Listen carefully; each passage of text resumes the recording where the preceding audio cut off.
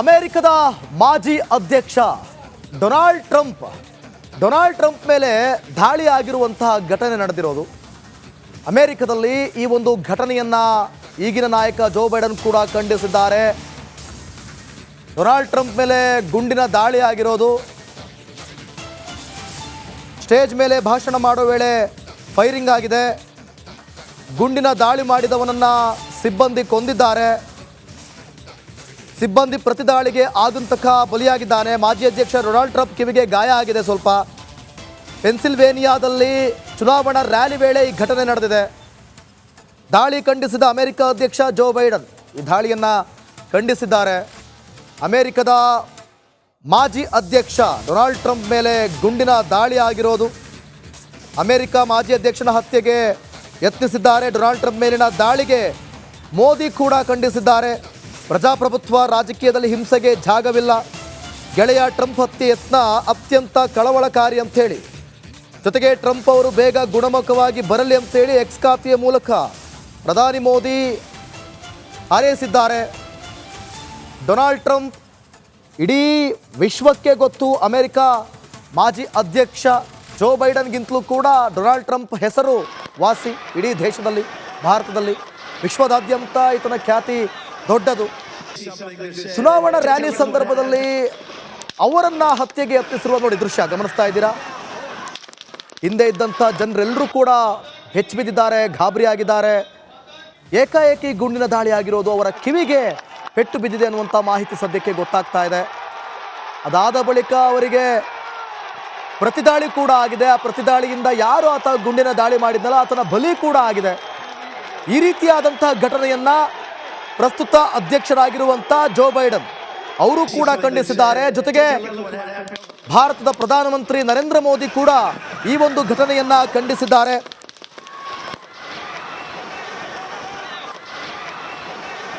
ಜೊತೆಗೆ ನೋಡಿ, ಪ್ರೇಕ್ಷಕರ ಸಾಲಿನಲ್ಲಿದ್ದ ಒಬ್ಬನ ಸಾವು ಕೂಡ ಆಗಿದೆ ಅನ್ನುವಂಥ ಡೀಟೇಲ್ ಸಿಗ್ತಾ ಇದೆ.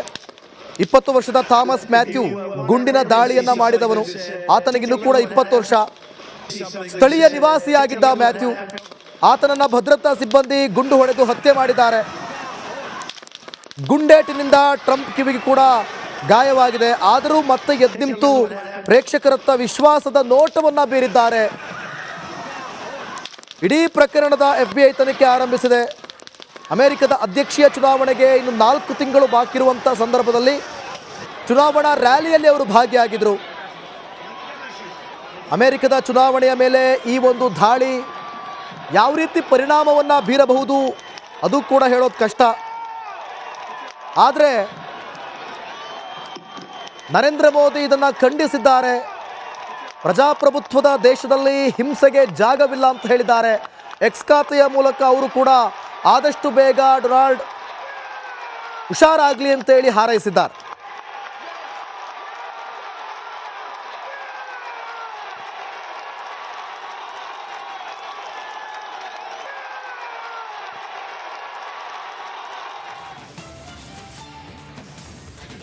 ಅಮೆರಿಕದ ಮಾಜಿ ಅಧ್ಯಕ್ಷ ಡೊನಾಲ್ಡ್ ಟ್ರಂಪ್ ಮೇಲೆ ದಾಳಿ ಆಗಿರುವಂತಹ ಘಟನೆ ನಡೆದಿರೋದು. ಅಮೆರಿಕದಲ್ಲಿ ಈ ಒಂದು ಘಟನೆಯನ್ನ ಈಗಿನ ನಾಯಕ ಜೋ ಬೈಡನ್ ಕೂಡ ಖಂಡಿಸಿದ್ದಾರೆ. ಡೊನಾಲ್ಡ್ ಟ್ರಂಪ್ ಮೇಲೆ ಗುಂಡಿನ ದಾಳಿ ಆಗಿರೋದು,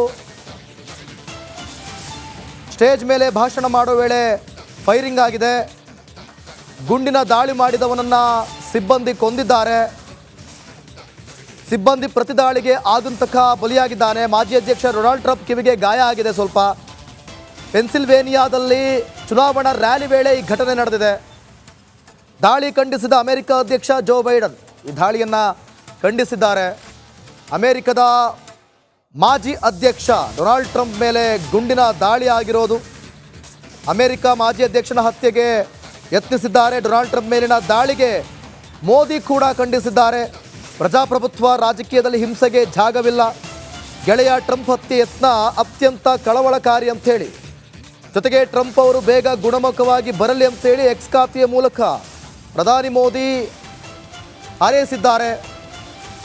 ಡೊನಾಲ್ಡ್ ಟ್ರಂಪ್ ಇಡೀ ವಿಶ್ವಕ್ಕೆ ಗೊತ್ತು, ಅಮೆರಿಕ ಮಾಜಿ ಅಧ್ಯಕ್ಷ ಜೋ ಬೈಡನ್ಗಿಂತಲೂ ಕೂಡ ಡೊನಾಲ್ಡ್ ಟ್ರಂಪ್ ಹೆಸರು ವಾಸಿ. ಇಡೀ ದೇಶದಲ್ಲಿ, ಭಾರತದಲ್ಲಿ, ವಿಶ್ವದಾದ್ಯಂತ ಈತನ ಖ್ಯಾತಿ ದೊಡ್ಡದು.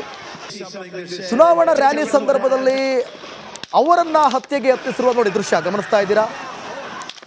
ಹಿಂದೆ ಇದ್ದಂಥ ಜನರೆಲ್ಲರೂ ಕೂಡ ಹೆಚ್ಚಿಬಿದ್ದಿದ್ದಾರೆ, ಗಾಬರಿಯಾಗಿದ್ದಾರೆ. ಏಕಾಏಕಿ ಗುಂಡಿನ ದಾಳಿ ಆಗಿರೋದು, ಅವರ ಕಿವಿಗೆ ಪೆಟ್ಟು ಬಿದ್ದಿದೆ ಅನ್ನುವಂಥ ಮಾಹಿತಿ ಸದ್ಯಕ್ಕೆ ಗೊತ್ತಾಗ್ತಾ ಇದೆ.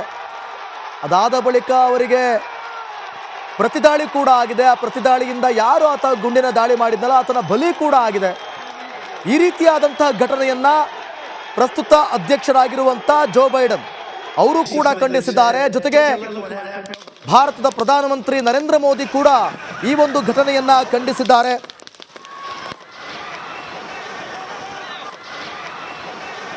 ಜೊತೆಗೆ ನೋಡಿ, ಪ್ರೇಕ್ಷಕರ ಸಾಲಿನಲ್ಲಿದ್ದ ಒಬ್ಬನ ಸಾವು ಕೂಡ ಆಗಿದೆ ಅನ್ನುವಂಥ ಡೀಟೇಲ್ ಸಿಗ್ತಾ ಇದೆ. 20 ವರ್ಷದ ಥಾಮಸ್ ಮ್ಯಾಥ್ಯೂ ಗುಂಡಿನ ದಾಳಿಯನ್ನ ಮಾಡಿದವನು. ಆತನಿಗಿನ್ನೂ ಕೂಡ 20 ವರ್ಷ. ಸ್ಥಳೀಯ ನಿವಾಸಿಯಾಗಿದ್ದ ಮ್ಯಾಥ್ಯೂ, ಆತನನ್ನ ಭದ್ರತಾ ಸಿಬ್ಬಂದಿ ಗುಂಡು ಹೊಡೆದು ಹತ್ಯೆ ಮಾಡಿದ್ದಾರೆ. ಗುಂಡೇಟಿನಿಂದ ಟ್ರಂಪ್ ಕಿವಿಗೆ ಕೂಡ ಗಾಯವಾಗಿದೆ. ಆದರೂ ಮತ್ತೆ ಎದ್ದು ನಿಂತು ಪ್ರೇಕ್ಷಕರತ್ತ ವಿಶ್ವಾಸದ ನೋಟವನ್ನ ಬೀರಿದ್ದಾರೆ. ಇಡೀ ಪ್ರಕರಣದ FBI ತನಿಖೆ ಆರಂಭಿಸಿದೆ. ಅಮೆರಿಕದ ಅಧ್ಯಕ್ಷೀಯ ಚುನಾವಣೆಗೆ ಇನ್ನು 4 ತಿಂಗಳು ಬಾಕಿ ಇರುವಂಥ ಸಂದರ್ಭದಲ್ಲಿ ಚುನಾವಣಾ ರ್ಯಾಲಿಯಲ್ಲಿ ಅವರು ಭಾಗಿಯಾಗಿದ್ದರು. ಅಮೆರಿಕದ ಚುನಾವಣೆಯ ಮೇಲೆ ಈ ಒಂದು ದಾಳಿ ಯಾವ ರೀತಿ ಪರಿಣಾಮವನ್ನು ಬೀರಬಹುದು ಅದು ಕೂಡ ಹೇಳೋದು ಕಷ್ಟ. ಆದರೆ ನರೇಂದ್ರ ಮೋದಿ ಇದನ್ನು ಖಂಡಿಸಿದ್ದಾರೆ. ಪ್ರಜಾಪ್ರಭುತ್ವದ ದೇಶದಲ್ಲಿ ಹಿಂಸೆಗೆ ಜಾಗವಿಲ್ಲ ಅಂತ ಹೇಳಿದ್ದಾರೆ. ಎಕ್ಸ್ ಖಾತೆಯ ಮೂಲಕ ಅವರು ಕೂಡ ಆದಷ್ಟು ಬೇಗ ಡೊನಾಲ್ಡ್ ಹುಷಾರಾಗಲಿ ಅಂತೇಳಿ ಹಾರೈಸಿದ್ದಾರೆ.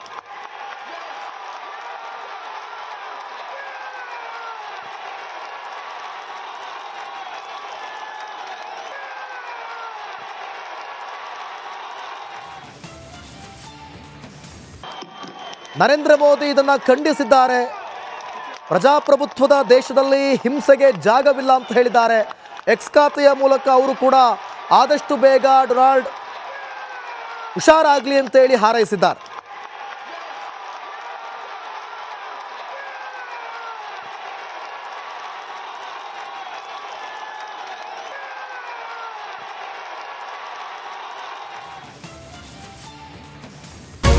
ರಿಪಬ್ಲಿಕ್ ವರ್ಲ್ಡ್ ಆ್ಯಪ್ ಇದು ಕೇವಲ ಅಪ್ಲಿಕೇಶನ್ ಅಲ್ಲ, ಸಮಗ್ರ ಸುದ್ದಿಗಳ ಸಂಪರ್ಕ ಮಾರ್ಗಕ್ಕೆ ಕ್ರಾಂತಿಕಾರಿ ಬದಲಾವಣೆ. ರಿಪಬ್ಲಿಕ್ ವರ್ಲ್ಡ್ ಆ್ಯಪ್ ಕೇವಲ ಸುದ್ದಿ ಅಪ್ಲಿಕೇಶನ್ ಪರಿಚಯಿಸ್ತಾ ಇಲ್ಲ, ಬದಲಾಗಿ ಡಿಜಿಟಲ್ ಸುದ್ದಿ ಬಳಕೆಯ ಹೊಸ ಯುಗಕ್ಕೆ ನಾಂದಿ ಹಾಡ್ತಾ ಇದೆ. ಇದೊಂದು ಬ್ರೇಕಿಂಗ್ ನ್ಯೂಸ್, ಪ್ರಭಾವಶಾಲಿ ಕಾರ್ಯಕ್ರಮಗಳಿಗೆ ಗಟ್ಟಿಯಾದ ವೇದಿಕೆ. ಇಲ್ಲಿ ಕೇವಲ ತಾಜಾ ಸುದ್ದಿ, ಅದರ ನೇರ ಪ್ರಸಾರ ಮತ್ತು ಚರ್ಚೆಗಳಿಗೆ ಮಾತ್ರ ಅವಕಾಶ. ರಿಪಬ್ಲಿಕ್ ವರ್ಲ್ಡ್ ಆ್ಯಪ್ ಡೌನ್ಲೋಡ್ ಮಾಡಿಕೊಳ್ಳಿ. ಗೂಗಲ್ ಪ್ಲೇಸ್ಟೋರ್ ಮತ್ತು ಆಪಲ್ ಆ್ಯಪ್ ಸ್ಟೋರ್ನಲ್ಲಿ ಲಭ್ಯವಿದೆ.